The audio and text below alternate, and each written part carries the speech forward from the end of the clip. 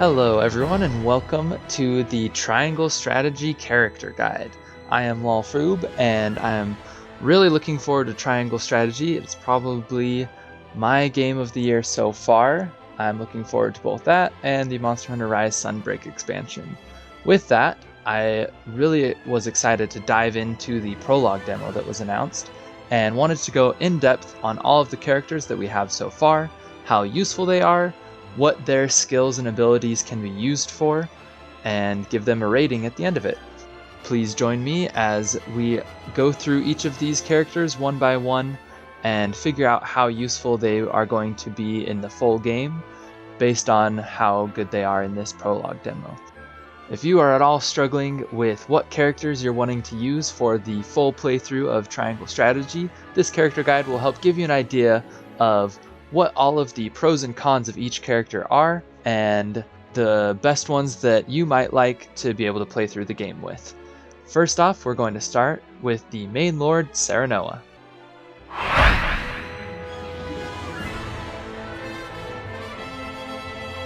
First up, we have Serenoa, the main lord of the game, and in looking briefly over his stats, as of this point of the game, most of the stats are fairly similar across the board, depending on their role. Serenoa seems to be very strong, fairly bulky in the survivability, not squishy by any means, and extremely accurate. As far as his abilities and weapons go, he has the longsword for his basic attack. It is a one-range weapon, dealing very decent damage. And then for his abilities, he gets quite a few useful utilities. Delaying Strike is extremely useful, does slightly less damage than the basic attack, but it does delay the enemy's turn, which very conveniently shows up in the turn order bar at the bottom of the screen.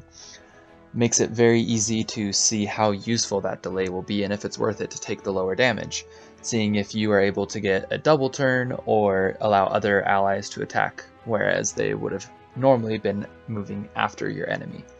Pursuit Stance is a very useful passive, increases accuracy and damage of follow-up attacks that Serenoa does, and so if he is on the opposite side of an enemy when you're attacking, he gets to follow up. This makes those follow-up attacks really dish out some serious damage. Very useful passive.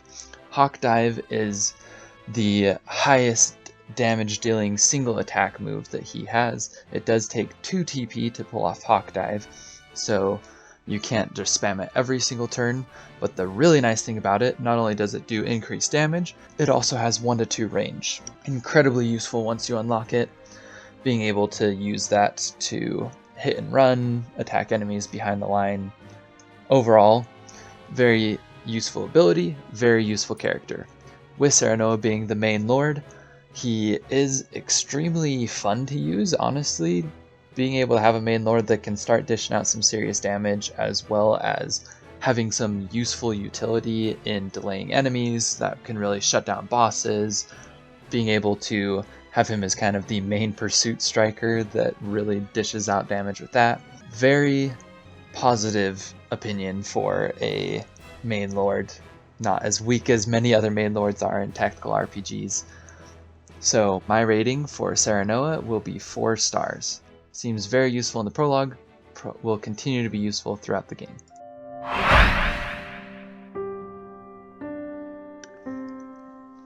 Roland, the Prince of Glenbrook, is honestly one of the better characters so far in the prologue demo. I love that he is mounted. The mounted mobility will always be such a powerful asset that units have in tactical RPGs, where movement can be a strong motivator to use a unit. You're able to get them in and out of combat faster, get them set up better. That is awesome. I like the way that the mobility works in this game, where it seems that being mounted basically just gives you 1 extra movement as opposed to being an infantry unit. So it's not crazy overpowered like in a lot of the older Fire Emblem games that, within several turns you're completely outpacing the rest of your team. The maps do seem to be smaller as well. Besides just the movement and the mounted mobility, Roland is an excellent character. I really like him so far in the game. His basic attack with the lance is really cool because it is 1 to 2 range, and it can hit both squares in the 1 to 2 range. So you can attack 2 enemies at once. You actually will always get a kudos point for hitting 2 enemies in one attack with the lance.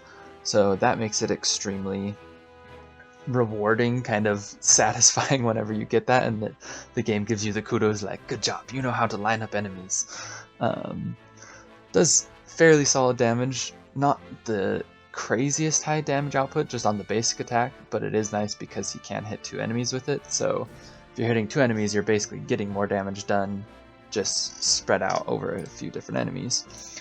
Knight's Bane is extremely cool how they're doing this, where in our starting party we have 2 units that have special weaknesses, which is Roland, being mounted so he's weak to spear, as well as Hughette, who is a flying unit weak to arrows. And both of them actually use the weapon type that they are weak against. So it makes it very easy to remember, like you see enemy cavalry, you're like, hey, my cavalry is actually good against them. Really useful in Chapter 2, especially on hard mode, because you have an enemy cavalry unit that can dish out quite a bit of damage. Honestly, the jump from normal to hard on that Chapter 2 fight, I was really taken aback at how much damage that mounted enemy does with his special skill. Getting into his actual usable abilities, Double Thrust makes it so that he only has 1 range on the attack, but it does a decent chunk extra of damage. So if you are really trying to target down 1 enemy, not worrying about hitting 2 at once or you don't have them lined up, this is basically always better than just going for the lance hit.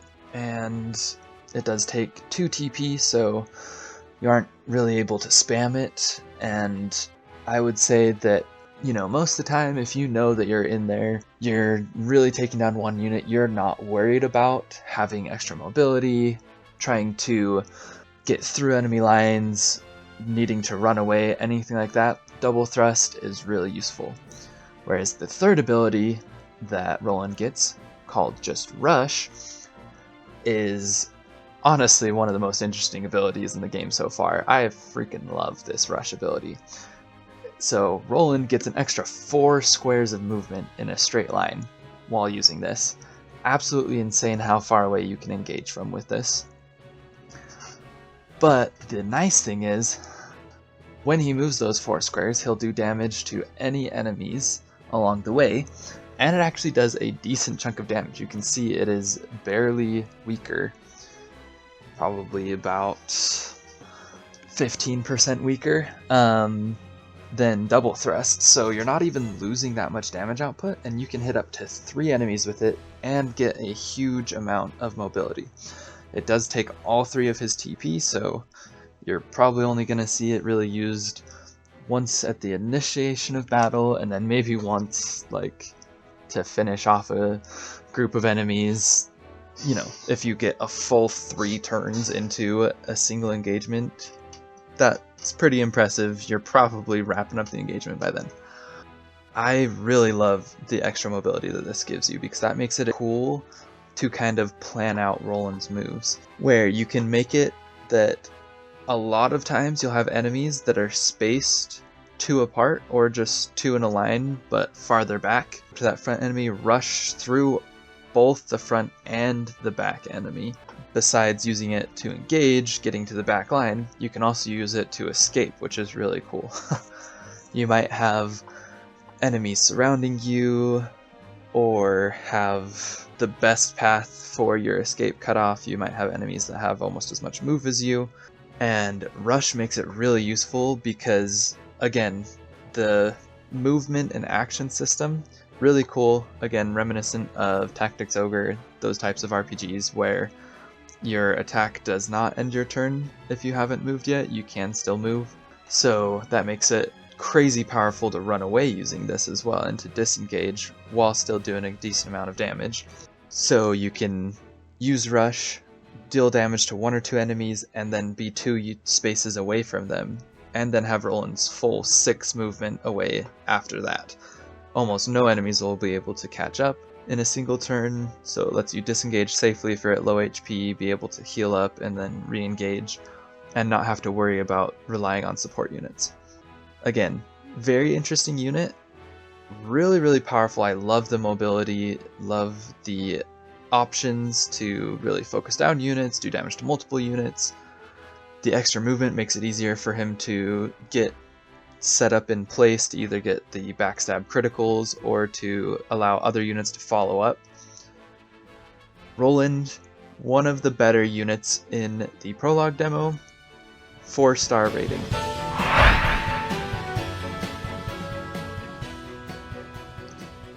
Benedict, the Tactician, is the most disappointing unit in the entire Prologue demo. And I have no idea how hot of a take that is, what people are thinking about him so far, but he is a disappointment. Getting into it, just looking at his stats, you can tell that he's got some wacky stats for what he does. He is a melee attacking unit, but most of his utility is in survivability and in support spells, support skills. He is interesting, but I just don't think that his two roles mesh well together. If he was all from the back line and didn't have the survivability aspect, but his support skills buffed by more significant amounts, I honestly think he'd be better. But the weird hybrid that he has, where it's like you want him on the front line because he technically is one of your more survivable units. He has decent defensive stats, but he does not contribute very much when he's on the front line. That 6 strength at level 5 is pathetic. That's like the same strength as a lot of these caster units have. So they'll be doing as much damage smacking people with books as he does with his cane sword. This makes him really useless as a follow-up attacker, so even if you're having him on the front line, you move around an enemy with somebody else and get him to follow-up attack. Honestly, against a lot of the enemies, he's doing single-digit damage for the follow-up attack. Really does not contribute on the offense. And I think that because they're making him this kind of hybrid role where he is frontline, he is more survivable, the support abilities aren't super powerful either. Raging Beast, I guess, let me show off. Power of the Cane Sword. Now going into his abilities. Raging Beast, taking 2 TP, can't spam it every turn. I guess for some reason they thought that this was just too powerful to give allies strength and magic. Basically, a small buff to the strength and magic stat, which ends up translating into about a 30% damage increase. Now, obviously this does last for 3 turns, and you can do it before engaging, so, you know, if you have several of your units buffed up at once, those 30% increases are going to add up. If you can, you know, have a turn before even engaging the enemy that you're getting buffs out, that's really nice because a lot of other units don't have anything that would prepare for the fight. Most of their skills are usable once you actually do engage. So I am not saying that he is useless by any means. You know, if you are choke pointed up, you don't even have the option to attack with melee units, giving buffs to some of your other ranged units, giving defensive buffs to keep your frontline tanks. He has his uses. Support will always be useful, but honestly, the way that a lot of the maps have been set up, both in the debut demo and in the prologue demo, you get into the engagements pretty quickly, your team's pretty spread out, there's not a ton of very choke pointy maps so far, and so if you're deploying him as a frontline character, you're kind of wanting him on the front line, and I've found that 30% damage increase, and then having just a unit that can survive a couple hits on the front line, it just is not as worth it. Especially if there is limited deployment slots, you can just deploy a different, better frontline character. And so then instead of Serenoa getting a 30% damage increase, you might have Erador or somebody else that you're going to leave off, who's doing a ton of damage on their own, has a bunch of debuffs that they can work with to slow down enemy that is honestly way more effective than like the defensive bulwark skill. So, especially with limited deployment slots, I would say Benedict's got to be the first one to go out of the starting team. Of course, I've kind of mentioned back and forth Raging Beast. basically translates to a 30% damage increase for both strength and magic. Just as far as I've been able to test on enemies there, I'm not sure exactly how the strength and magic scaling works. Maybe at higher levels, if he gets extra points of strength and magic, depending on his own magic skill or something like that, it could be more useful for getting up to like 50-60% damage increases. We'll have to see. Bulwark is the defensive spell, has its uses for sure, not short-selling support characters at all, but again, it seems to be about a 30% damage increase, so if somebody's doing 10 damage to you, you'll see it go down to 7, is what happened in the skirmish. There definitely is a use for Bulwark. The fact that you can use it every turn is really nice. You can use the Raging Beast before you're initiating battle, and then Bulwark up characters that you're wanting to get extra survivability on. And Bird of Prey is the last one that he gets, that you get extra movement and jump. Can be cool, again, especially if you have a map that is more spread out, you have time to set up for an engagement. Being able to use Bird of Prey to allow people to jump up or down cliffs now seems like it's going to be a useful ability. We don't know how it might have been changed from the debut demo, but being able to move somebody's turn up seems very useful. It looks like it's going to be a 3 TP skill, so you won't be able to use it enough to like really make it interesting. And again, this is like the good old debate of Dancers and Fire Emblem, where Dancers are really good because they allow your best unit to move again. But that works way better in Fire Emblem, where you're being able to take all your actions on one turn, and so allowing a unit to double act is very easy. You're in full control of how it happens, whereas with the staggered turn system in Triangle Strategy, unless you happen to time it out right, or you have the perfect speed stats for Benedict and his unit he's supporting, if the unit goes right before him, gets in, and then Benedict's able to double turn him, that seems really powerful. But in most situations, you'll probably have your unit go in, he's about halfway to his next turn, and then Benedict gets to double turn him. It definitely weakens the usability of a dance type mechanic, a refresh mechanic, and the fact that you might only be able to use it once every 3 turns, and only then if you aren't using any of his other abilities and you're relying on his cane sword for 3 turns, which is pathetic damage output. Yeah, I doubt it will super increase his utility, but it will be a cool skill. I'm sure that there will be really great strategies that you can just dive in on a boss and like kill them, end a map. So he has his uses. I have a lot of thoughts about him. I do not like how he plays in this. I'm giving Benedict a 2 out of 5 stars.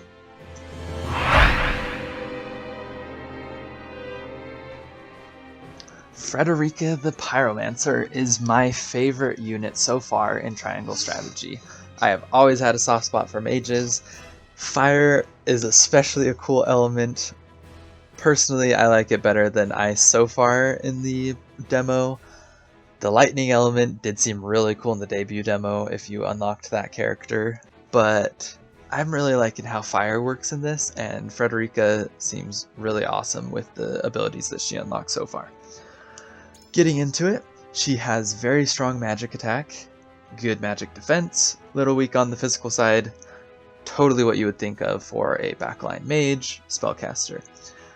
So the one thing that is very interesting and a little hard is the TP management for mages. Obviously you have your basic attack that does not require TP, but it is only one range where you're smacking somebody with a book. If mages had a ranged basic attack, maybe just like a small fireball that still used their element, still used magic stat, that would be really, really, really useful. I would love if we could possibly upgrade the weapon to be able to do something like that. Kind of doubt it. Getting into her skills though, Blessing of Fire, this seems to just be kind of the standard mage skill, just like a lot of other classes seem to have a class-based skill. all mages so far have increased resistance to their chosen element and decreased to the opposite. So Frederica takes extra from ice, resists fire damage. Makes it kind of a difficult situation where if we just purely have this fire beats ice, ice beats fire, and then most likely lightning beats wind, wind beats lightning, then if you're up against ice mages, you're like, well, I really want Frederica to be able to get in to do extra damage, but she's gonna die really fast on the way back. So because it seems to only just be these kind of opposing element systems instead of having an advantage over one without taking extra damage from it, it makes mages seem like it's very hard to counter an opposing element versus just like coming in to finish off or do extra damage to them. With that, getting into our actual spells, Scorch is the standard fire AoE spell. It seems most elements so far in the game just have a basic AoE spell with the 5 square cross target range, and as far as it goes, it's about as simple as it gets. Basically all of the elements have a spell that is this AoE standard damaging spell that uses their element to affect the terrain if possible. So far, the terrain in the prologue has been completely devoid of anything flammable. So I'm interested to see in the full game if we have a lot of maps with naturally flammable surfaces. Then fire magic can really dish out some interesting combos where you're lighting fires, you're blocking off enemies, you're creating choke points or death traps for enemies to walk into. So I'm excited to test that out. You can buy oil jugs as consumable items and basically huck that at the enemy and then light it on fire. If that is our only way to set things on fire reliably, doesn't seem as great, but the base damage of fire spells seems to be awesome, so not too worried about that. Flame Shield is really cool as well, because one of my personal favorite, like kind of more niche things about it is that the fire counter that it gives your allies, you cast it on them, they get increased fire resistance, and if somebody attacks them in melee, they will counterattack with a fire elemental attack. That gives allies experience whenever they do the fire counter, so if you're trying to train up somebody, a kind of funny way to do it is just be casting Flame Shield on them if they have lots of enemy melee units around them, and basically every single time that they take an attack, they get a full attack's worth of experience, despite the fact that it's just a small counter that they don't even really have any control over. So cool way to train up units. Seems like it'll be really useful if we ever face a large amount of fire casters. Being able to either use this on yourself as Frederica, boost her fire resistance up to taking less than half damage from enemy mages would be really good, or being able to help protect squishier, kind of less magically resistant units seems good. Blazing Chains we haven't learned yet, but that seems to be more of the single target higher damage spell that eventually we will get. The one thing I will mention that is kind of a downside is because Scorch takes 2 TP, as of yet we only have 3 TP and regain 1 per turn, and so you can use Scorch twice in a row, and then you have a down turn where you're either using your basic attack, not doing anything, using items, or if you cast Flame Shield, then you're just going to constantly be using that 1 TP you're gaining a turn. That's not to say that, you know, that completely makes her useless for that turn. Honestly, using healing items seems to be really, really good, and the nice thing is, after she engages, you can cast Scorch the first turn. On her next turn, you have the choice to either use Scorch or use a healing item / some other action, but then regardless of what you chose there, your third turn you still have that option where, you know, if you chose to use Scorch on your second turn, the third turn now you can use your item while Scorch finishes recharging, or if you use an item on the second turn, you're back up to being able to double use Scorch in a row. And healing items are really, really nice in this game. They aren't super expensive, they are extremely powerful, healing 50 for the basic items, and honestly, just having the one healer is not enough to keep your army alive, especially on hard mode. In normal mode, I had 0 issues. I don't think I used a single healing item through the whole prologue. Never lost a unit in a battle. Hard mode is a totally different story. Without having permadeath, I think hard mode is definitely the way to go. If you have experience in the tactical RPG genre, especially if you're somebody watching character guides on YouTube, most likely you fall into that category. And so if you are playing on hard mode, I would always remember that Frederica is kind of like a backup healer item user on her downturns between using spells. So that does limit her usability a little bit, but I just want to point out that just because you can't be spamming your spell every single turn doesn't mean that she becomes useless on the turns you don't have it. Overall, I would give Frederica 4 out of 5 stars. One of my favorite, actually I would say my favorite unit so far in the prologue demo. I really want to see her get some awesome flame spells later on in the game. Geela is our dedicated healer and support unit, which definitely has a place on the team, especially on harder difficulties. Getting into her, she is the standard magic-based stat lineup with higher magic attack and defense, lower on the physical side.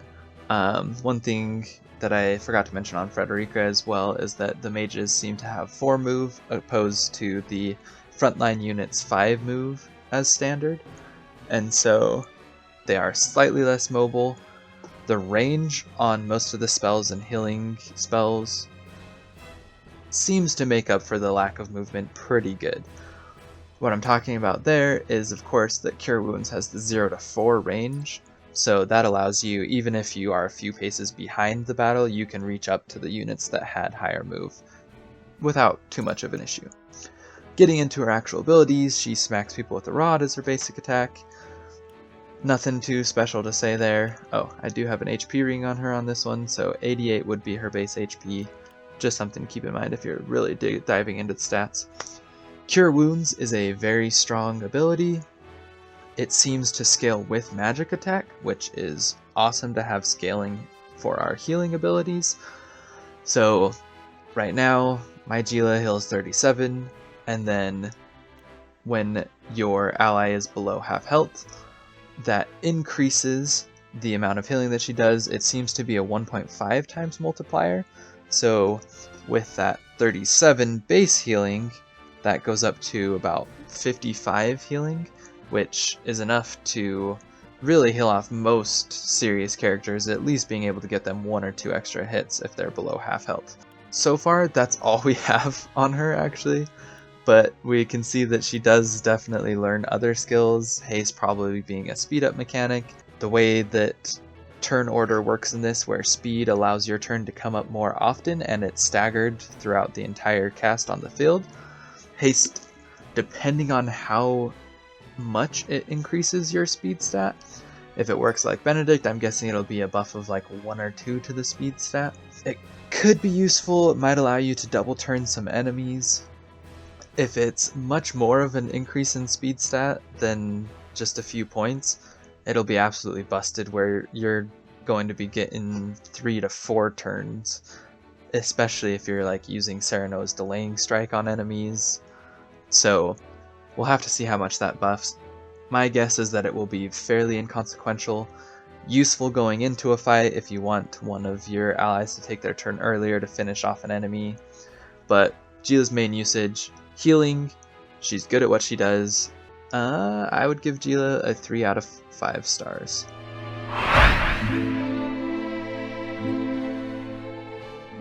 Anna the Spy is my second favorite character in the prologue demo after the mage. Honestly, if I didn't just like mages in general throughout all tactical RPGs, Anna would probably be my favorite.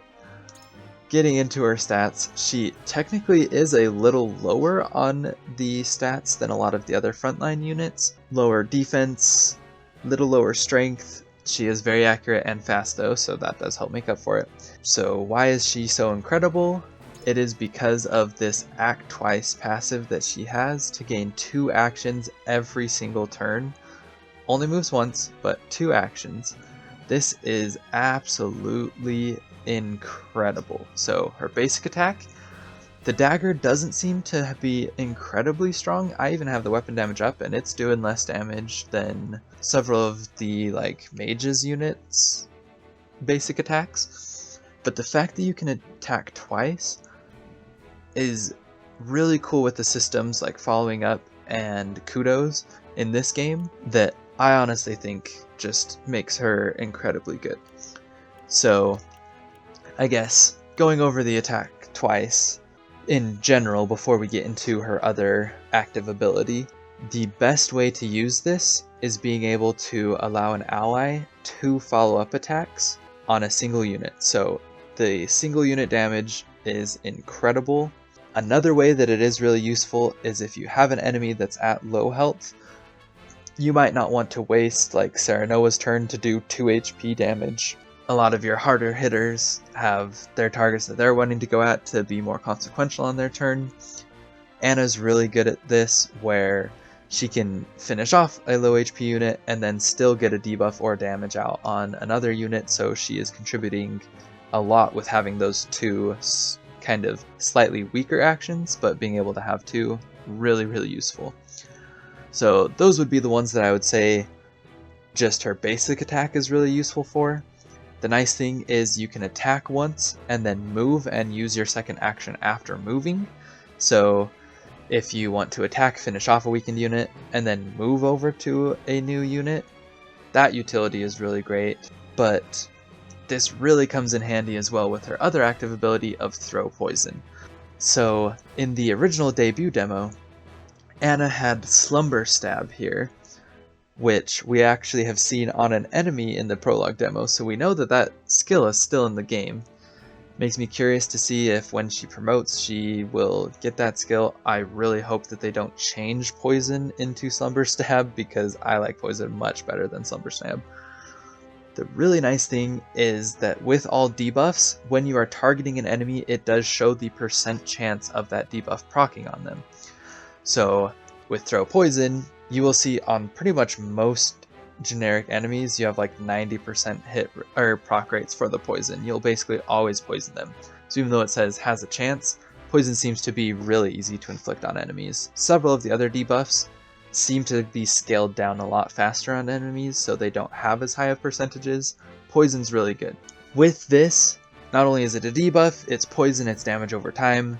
That's really useful regardless of how much damage she does, because technically Throw Poison does slightly less damage than her basic attack, but it is also 1 to 2 range, which is really cool. So again, this allows her to set up follow-up attacks way easier than a lot of other characters that just have the 1 range, and she can do that twice in 1 turn.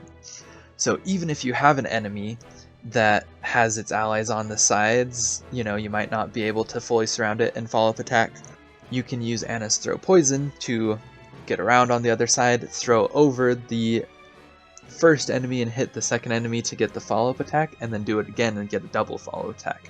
With Serenoa's follow-up passive bonus damage, you can honestly kind of one-round enemies just by getting the 4 attacks in with Anna, Serenoa.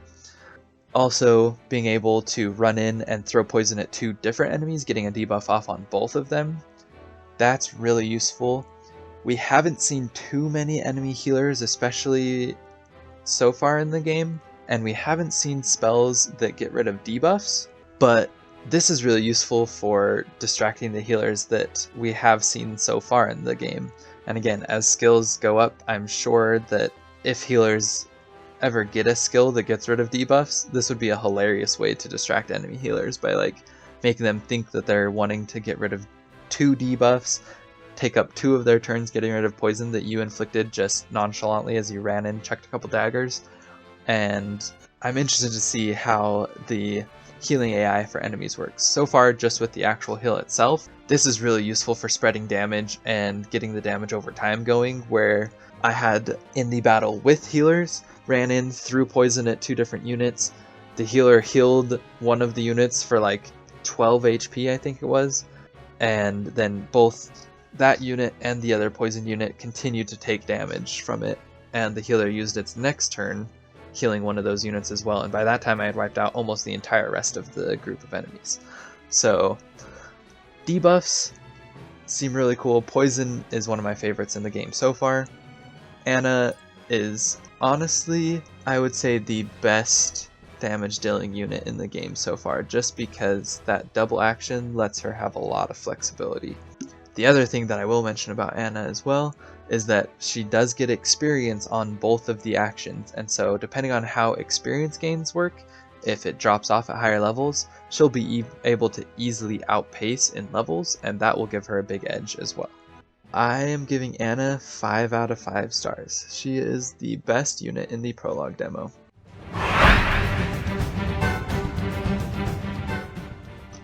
Hughette is the sincere, earnest bodyguard of Prince Roland and is a really cool character, really good combat unit so far. She is a ranged attacker with the short bow, but she does have a flying mount, which gives her a lot of mobility and utility. And so with that, you can see her stats. She basically is on par with a lot of the other frontline units. She isn't really even that much defensively weaker, and so despite the fact that she is a ranged unit, she won't necessarily die if one unit slips through your lines, which makes her really useful to have lots of different options to use on her turn, and that synergizes well with one of the abilities that she unlocks. So going through her short bow, you can see it does decent damage, and it does have 2 to 4 range on flat terrain. Obviously with the bows, this is one of the mechanics that they have given several hints or tips about. The height advantages is a big part of bows in affecting their range. You can see you can hit up to 20 squares below you. We haven't even seen height differences like that in the game so far, and you can hit up to 8 squares above you. That 2 to 4 range also does increase the higher above an enemy you are. It seems to be that it's not incredibly fast scaling where you have, 5 squares of elevation on your enemy and you can shoot them across the map. You'll probably still only get 2 extras range if you're 5 or 6 squares above an enemy. But it is useful. It lets you get some pretty long range attacks that might otherwise not have been able to connect on a turn. Lets you hit units in the back easier. That's just the basics of the bow. Useful weapon. Hawksbane, again, just like Roland, we have a flying unit that uses bows, and their kind of class skill of being a flying unit is that they are weak to bows. Makes it easy to remember. She can fly around and hunt down other flying units. We haven't seen any other flying units yet, but without a doubt they are going to be in the game. Blinding Arrow is a really cool debuff, and again, the fact that we can see the percentage chance of debuffs working makes Blinding Arrow a lot better. So it does have a pretty significant damage decrease from 41 down to 28. At level 5, of course, obviously these scale with your strength, so just take that as a simple ratio of it. But with the blind debuff, it seems to greatly decrease enemy accuracy. It does not reduce it to 0. It does not prevent enemies from being able to detect where your units are at. I have been crit several times by blinded enemies, sadly, where I had a unit that I was a little worried about, and so I was like, Hughette can't kill this unit, but she does have a 70 or 80% chance at getting blind off on them with Blinding Arrow. Gonna shoot that at them. Several of the times it worked great. The unit comes in to swing at one of my injured units, misses. You basically just use Blinding Arrow to erase one of your enemy's turns, which is really nice. I was hit on a few of the other times when an enemy was blind, especially if they're getting the backstab. The accuracy seems to still be pretty reliable for them. So blind is not an end-all be-all of shutting down an enemy unit. In addition, it does seem like several units on the opposing side had increased resistance to the blind status, where it would drop down to 40%. One of the bosses in Chapter 2 and the other boss in Chapter 2 had complete immunity to blind, so 0% proc chance did show. Nice, so you don't waste it thinking you might be able to get a blind off on one of these units. But again, it seems that it's not a universal shutdown for an opponent turn. It definitely does have its uses though. can be really useful if there is a higher damaging unit that you aren't wanting to deal with yet or don't have the resources to finish off before its turn. You can try and make them waste their turn. Fell Swoop, on the other hand, is an extra damage ability. So I really like that Hughette has the options where she has her basic attack, she has a debuff, and then she has an extra damage ability. This does take 2 TP, so you won't be able to spam it all the time, and it is 1 range. So that is where the fact that she is still fairly survivable is really useful, because you don't have to worry about like sending a frail archer up to the front lines to do this 1 range big attack. Having this option to be able to get that little extra damage out to finish off an enemy is really cool. One of the aspects of Hughette being a ranged character is that you can still allow your allies to get follow-up attacks. So if you're shooting from the opposite side of an ally, they will follow up after your arrow. But if you are on the opposite side of an enemy, you do not get to follow-up attack as a ranged attacker. And so getting her onto the front lines can be useful. You can get this big damage out, maybe finish off an enemy, but she does lack kind of that follow-up utility that your other frontline units may have. But really useful for plugging a gap, finishing off a unit. Overall, very cool unit in Hughette. I give her a 3 out of 5 stars. Erador is the last of our core group of allies, and he is our frontline tank, aggro drawing, just strong man, and I really like his design and his character so far.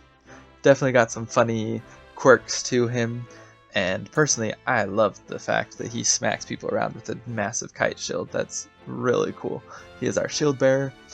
As you can see, extra high on the physical defense department, but lower than other frontline characters in the magic defense, kind of like our classic armor knight. And very important to note, his movement is the lower 4 stat. So most other infantry units have 5, the mages backline units have 4, as well as Erador, our basically armor knight stand-in, also having 4. He does have ways to offset that to help. He does have really cool abilities, so I do not think that it completely ruins him as much as armor knights are hampered by the 4 movement in Fire Emblem, but it is something to note. It can get annoying if you have to trek up to an enemy, if you lack that 1 extra square of movement to get onto a side to allow follow-up. It definitely is still a negative about his character. The kite shield itself, despite being the defensive character that's only carrying around a shield, his kite shield really packs a punch, so do not discount the damage that he can dish out if you allow him to attack on your turn. You might want to use instead of attacking. So Provoke is an incredibly powerful debuff. The fact that we have an area of effect debuff on enemies that essentially kind of ruins their turn for them is really good. Now Provoke does seem to scale down its proc rate faster than debuffs like Poison and even Blind. On several of the generic enemies, I saw Provoke get as low as 40% proc rates, but it seemed to hover around 60 to 70% on most generics. Fairly good chance. If you get it on a group of 3 enemies, you might miss 1 or 2 of them. You'll probably still get at least 1, and you have a fairly good chance at getting multiple of them, which can really disrupt the enemy's damage output. So with Provoke, the way that it works is it inflicts Fury as a debuff on the enemy, which forces them to attack Erador. Basically, a taunt in a lot of other games works very similar, but the nice thing is that if you are charging in, but still either surrounded by enemies or surrounded by your allies as you're provoking multiple enemies, honestly, the way that it kind of works for me is Erador is a little on the slow side, several of your other units are on the faster side. Your other units might get their turn, the enemy gets their turn, and then Erador runs in, provokes a whole group of enemies, and then your units are able to take their turn, where you can get in, back up Erador, take shots from around him while blocking off his sides. If the enemy that has Fury cannot reach Erador, they will just walk towards him and end their turn. Of course, he is more survivable, is built to be able to provoke and then be able to survive the hits that are coming towards him. But honestly, a really cool way that you can use it is you can get the provoke off on several enemies and then not even have to worry about healing them up because they just waste their turn walking up and not even being able to attack. Very useful. It does last for 2 turns, so that will be 2 enemy actions. Even if on their first action you aren't able to block them off, you can then get Erador to move into a position for their next turn that they won't be able to reach him and waste their turn. Really cool debuff. I like how Fury works. I like that it has a lower proc rate on enemies because it does seem honestly a lot stronger than the other debuffs. It is probably his best ability. Sprint is a little just more utility, where you get that 1 extra movement to become a regular unit for 3 turns. Really nice to use getting into battle, and that way you have your full TP to use on provoke. I would recommend using it more that way, because being able to get provoke off for 1, maybe 2 turns in a row in battle can really start shutting down big numbers of your opponent. He also gets Steel back, which decreases the damage that crits do to him. They do still do increased damage as opposed to side or front hits, but it's just a less damaging scaling with backstab criticals. That does help increase if you can't block off his back or other things like that. You get the Fury off, you don't have to worry as much about him taking damage from enemies. We do see that he is going to learn Ramfo. We don't know exactly what it's going to be, if it's going to be a charge or a shove on an enemy. I'm interested to see. Overall, I would say Erador was the unit that I was, besides Benedict, kind of wanting to have stuck on the bench as fast as I could coming into it, but he ended up being a lot more useful than I thought. So if you're struggling with survivability, he can really help with that. Overall, I give Erador a 3 out of 5 stars. Alright, the first optional character that we have is Rudolph, who joins us on the S-Frost route. He is our smuggler turned maybe good, despite the fact that he looks absolutely horrifyingly evil.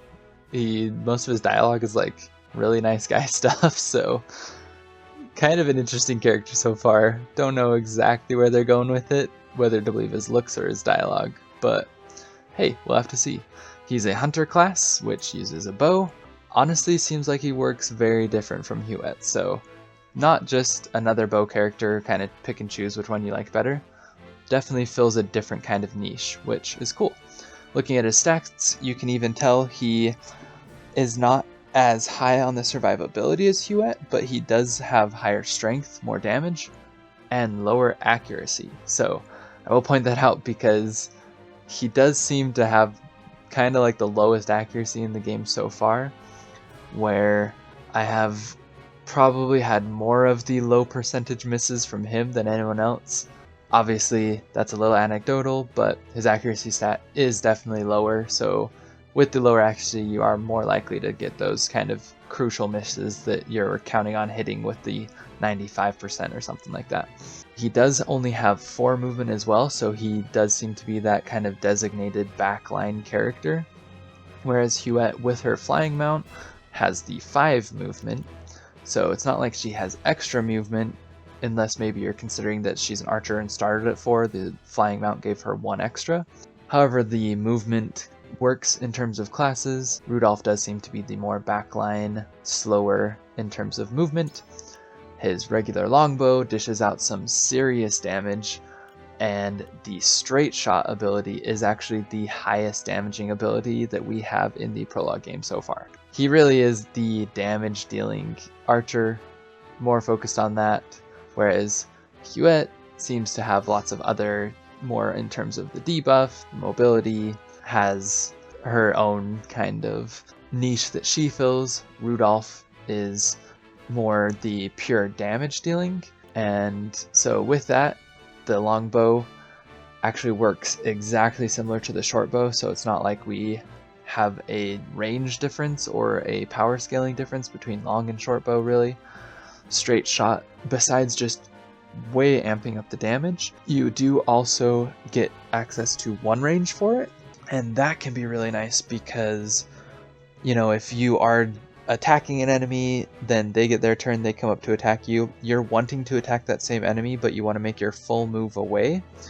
you can whip out the straight shot to attack from one range and then move your full move away. And that becomes useful because of the fight or flight passive, where if you have an enemy within 2 range of you, this increases your movement by 1, so it gets back up to the 5 movement. So again, if you were wanting to run your full movement away, you'd be 5 away, wouldn't be able to attack regularly. You can use the straight shot to get the damage out and then book it away. Can be very useful to kind of have that hit and run tactic. This also works great with his Still Trap ability. So Still Trap, the way it works is you actually have a trap to place that can go up to 4 range away from you, which is crazy for a trap. You'd think kind of they'd make it a 1 range ability, so like you have to plant the trap yourself and then get away from it if you're wanting to leave it out there. But no, you can just huck a trap as far as you can shoot your bow, basically. So with that, the Steel Trap is really useful. It does say in the description that it'll end the turn of anyone who steps on it. This is just for enemies. Allies do not proc the trap.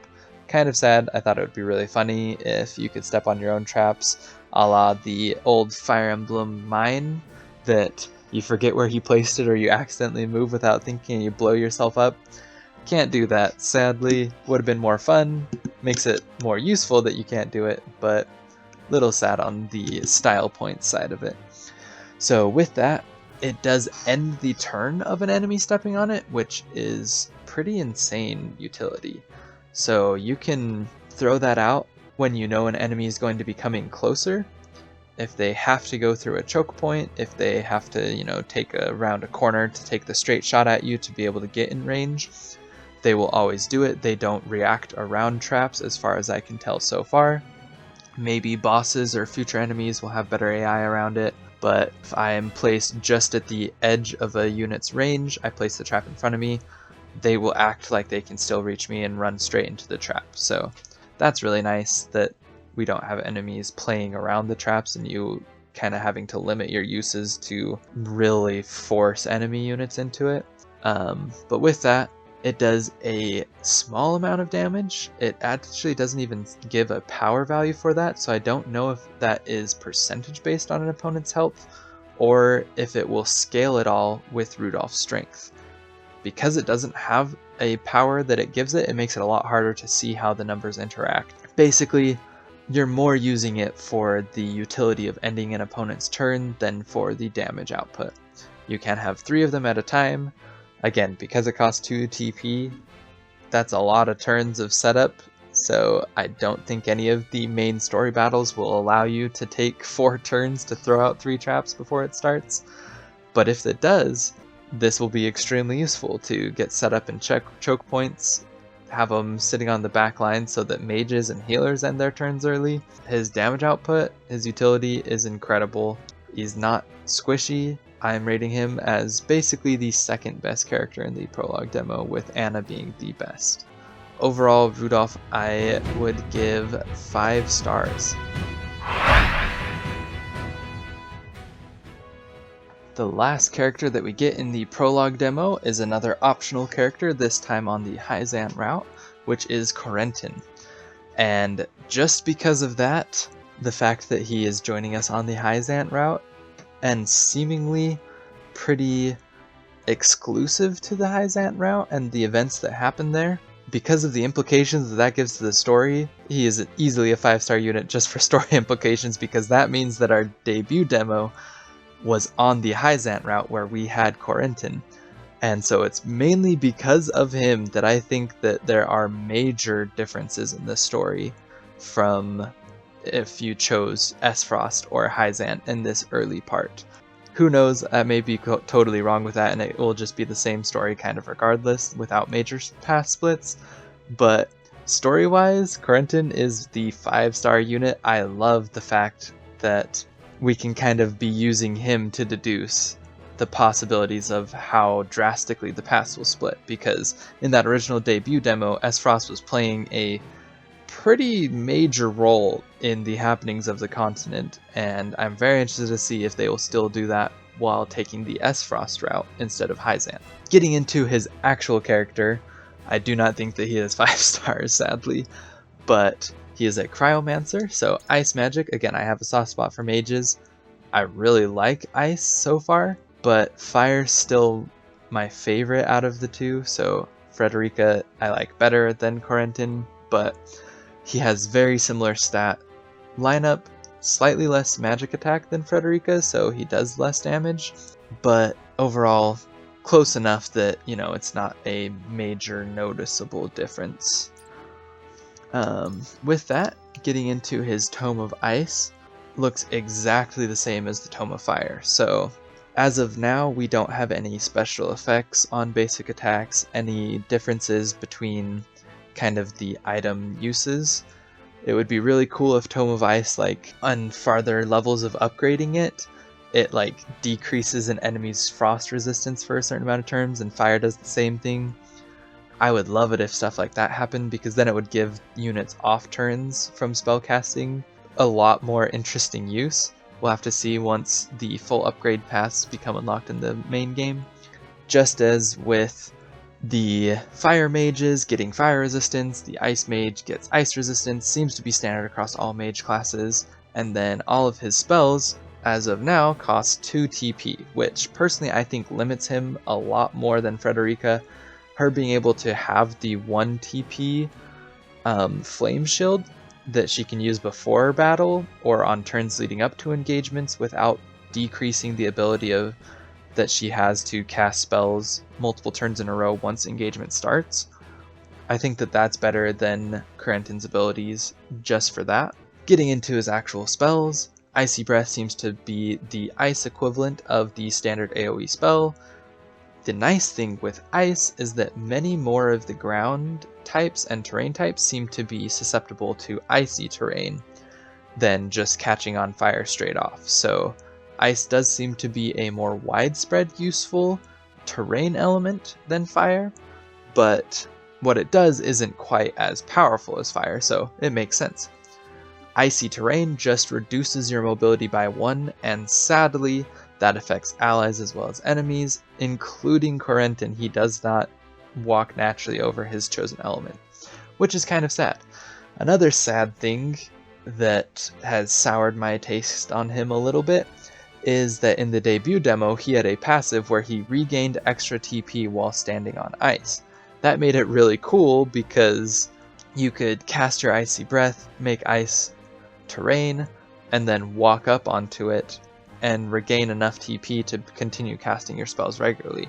I really liked that aspect of it, where for fire that probably wouldn't have been an ability for Frederica at any point, because her standing in the middle of fire doesn't really make sense, despite, you know, she has 30% resistance to fire. Standing in the middle of a fire is probably still going to hurt her. So it was cool as a icy, you know, it's chilling, but it's not necessarily damaging him, and so it's allowing him to focus, gain that TP back faster. They removed that as of yet. It may be a promotion skill or something like that, so I'm not completely taking it out of the equation for him, but the fact that we don't see it as of now is really sad, because he is a very heavy TP usage. With all 3 of his abilities costing 2, you will not be able to spam those every turn or really set up without having it affect your engagement. Frosty Fetters is a single target extra damage dealing spell, which really useful to be able to have that utility. I'm pretty sure that that will be what the Flame Chains spell that Frederica is getting soon will be. Corentin just gets it earlier, so that's always nice. And it's extremely useful for, you know, you're going after a specific unit, you might not even be in range to hit multiple units with your Icy Breath. Why not just increases the damage that you can do by using Frosty Fetters? And in addition, you do have a chance to silence enemies. I'm not sure how useful this silence will be, honestly, where, you know, in most cases, if you're single targeting an enemy, you're going to be able to finish them off or deal significant enough damage that one of your allies is finishing them off. And from the percentages so far, it does seem like magical type enemies have an increased resistance to silence. I was only seeing like 50 to 60% on several of the enemies for this. It does, obviously, you know, it is a debuff. It will have its uses when that debuff applies. You can silence a magic enemy, force them to run up into melee and attack you. That can be really useful for shutting down somebody's turn. but the fact that it doesn't have a reliable proc rate and you're using it against enemies that are taking less damage from spells because they're magical themselves, personally I think it'll be better used if you target, a weakened physical unit and be able to finish them off, because being dead is a lot better of a debuff than being silenced. But we'll have to see how useful silence goes throughout the game. Wall of Ice is a really cool ability that, for Icy Breath, Frosty Fetters, it seems like Fire is basically going to have its equivalent of those spells, and the other magic types probably will as well. Whereas Wall of Ice is the one that's unique to Ice. So Flame Shield was the Fire unique ability. Wall of Ice being unique to the Ice Mages, the fact that you can create an obstacle that's 3 horizontal spaces wide is really useful, because that cuts a huge amount of range off of some enemies. So if you have a melee enemy that's within range, throwing down the Wall of Ice, or even disengaging by walking away and then throwing down a Wall of Ice, that can greatly limit your enemy's mobility, as well as create choke points pretty easily. If you have a 4 wide space, one of these Wall of Ices will create that down to a 1 wide choke point. Really useful. It's interesting that it doesn't give a turn limit, but just says that it will disappear over time, so I'm wondering if this is weather dependent. So far we only have clear weather, and it seems to last about 2 to 3 turns. Maybe in colder weather, something like that, you can get it to last 4 or 5 turns. Who knows how this is going to work. Overall, there's a lot about Corentin that we don't know, but he seems, again, a mage, really useful. Just slightly less useful than Frederica so far.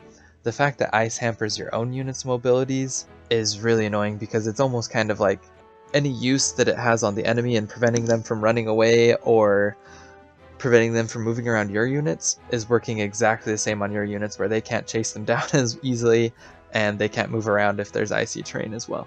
So I am giving Corentin a 3 out of 5 stars.